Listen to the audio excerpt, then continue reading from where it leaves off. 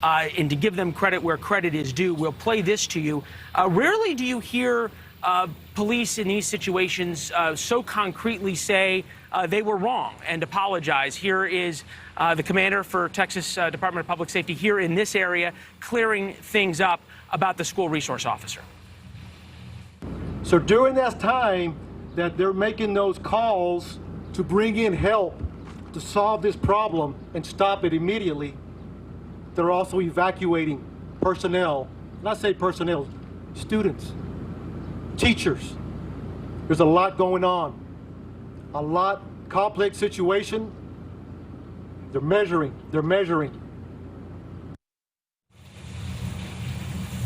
That was a little bit of sort of them explaining what was happening in those 60 minutes. And there were hundreds of students evacuated out of here. A number of the officers showed up, some on duty, some off duty, were breaking windows with their batons. But this is critical.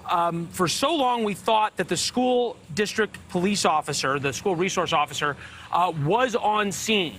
And we learned in a mea culpa of sorts from the press conference itself that the shooter was not confronted.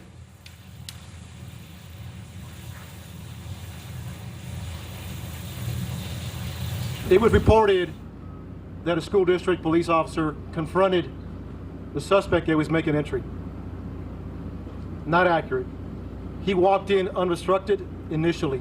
So from the grandmother's house to the bar ditch to the school, into the school, he was not confronted by anybody. To clear the record on that. And so many questions about why he is able to walk through that unlocked door. Bring in Allie Bradley, who now has been doing a lot of work getting to understand a little bit more of the very dark place that Salvador Ramos, 18 years old, was in. Unemployed, 18 years old, high school dropout, yet was able to buy over $4,000 worth of weapons and ammunition just last week for his 18th birthday. How did that happen? Well, Leland, I actually sat down with his grandfather yesterday and asked him those exact questions. How did he have money? Did he? And his grandfather, Roland, said, yes, he did. And I said, how? He was working a minimum wage job and he quit a month ago. He was working at Wendy's. Well, he tells me that, you know, he would work with his grandfather every now and then, who runs an HVAC company here, so he would pay him for that. Now, there's also a question of there were some missing tools from this grandfather. Some of his equipment was missing. I asked him about how much those tools were worth. He said around $500. I said, would your grandson have ever taken those tools and sold them, you know, for money to do what he did? And he said, there's no way that he would have done that. This is when I first arrived to talk with Roland there, and he kind of showed me around. He was telling me where he believes his wife was shot and had fallen down, told me where the pool of blood was that when he got there, was still there, was showing me blood splatters on the wall that he was left to clean up when he got home. He had just left the hospital from her, and you know, she right now is recovering. He tells me that she got shot in the side of the face here, and the bullet had exited out from under her ear. So right now, she is recovering and coherent, Leland. I'm thinking about watching this video and what you said of him saying, no, my grandson wouldn't have stolen tools from me. If you're going to go kill 20-plus people, his grandfather said he didn't know about that either, so right. You could understand there's a much darker side to this young man.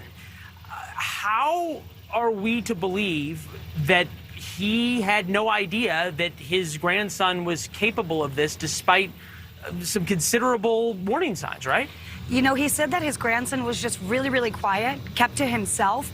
They didn't have a lot of really in-depth conversations outside of, why aren't you working at your job anymore? And about a week after he left his job, he asked his grandfather if he could go work with him. So about 3 weeks ago, he started kind of picking up work with his grandfather. So maybe that is how he got some of those funds. Now, I did ask him, where were the guns? Did you not see any guns anywhere?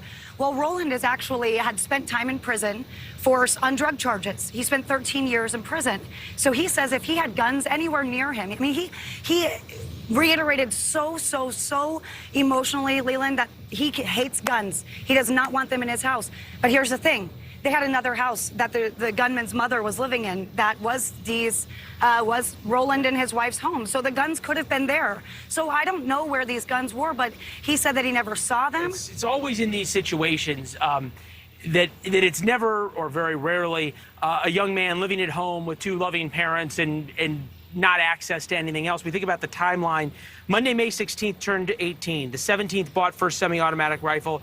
May 18th, 375 rounds of ammunition. May 20th, bought second semi-automatic rifle.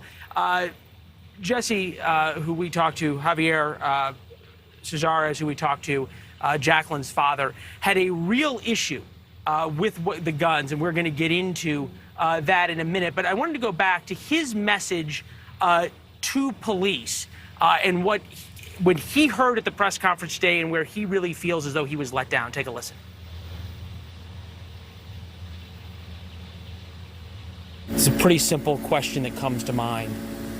Did the police do everything possible as quickly as possible to save your daughter? From what I saw, no. What would you want to say to them? I know a lot of them are parents too, and one deputy lost his daughter. And actually he was my classmate from high school. I just wish they should have done more. If they're under training, I don't blame them. It's not their fault they're not getting trained. It's their commanders and their higher ups.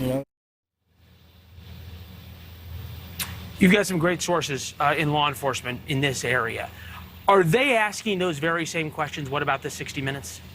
The law enforcement sources I have were on the ground, so they were not thinking about that. They were in there. I've seen the batons that he was using because one of my sources was outside breaking the windows and pulling children out from the classrooms while this was happening. There was actually 2 classrooms, he tells me, that were impacted, that were conjoined, and there was a teacher that was shot in the stomach area that he actually extracted and helped pull. And I saw him yesterday. He showed me the cuts all over his arms. He showed me his baton that was riddled with glass shards. And so from his perspective, he was in it. And so, no, I haven't heard him say it took us 60 minutes to get in there because he was in there. He was there in the whole time. Want to get this out, and it's important to hear. So many kids survived this. In fact, there is evidence to believe that at least a couple of kids survived from inside the classroom by playing dead. Here is one of the survivors talking about that. Shut our next person's door, and then we have a door in the middle, and he opened it, and then he came in and he crouched a little bit and he said it's time to die. When he shot, it was very loud and it hurt my ear. When I saw the bullets on the floor, it was real. And when I heard the shooting through the door, I told my friend to hide under something so he won't find us. I was hiding hard, and I was telling my friend to not talk because he's gonna hear us.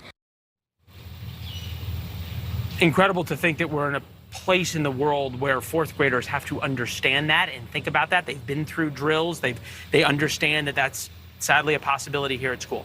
As you talked to the grandfather today in your reporting, was there any realization on his part of what his grandson would do? And was there any feeling of guilt, even not legal guilt, but moral guilt?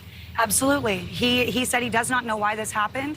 He said he can't understand it. It's horrific. And he sat there and he said he's going to be praying for the community. Obviously, I mean, he was very, very distraught when I talked to him, Leland. He was not stoic like the other interview that we saw.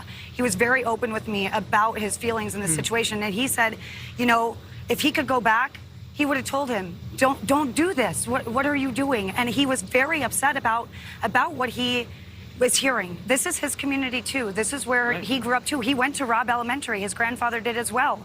So this is his community as well.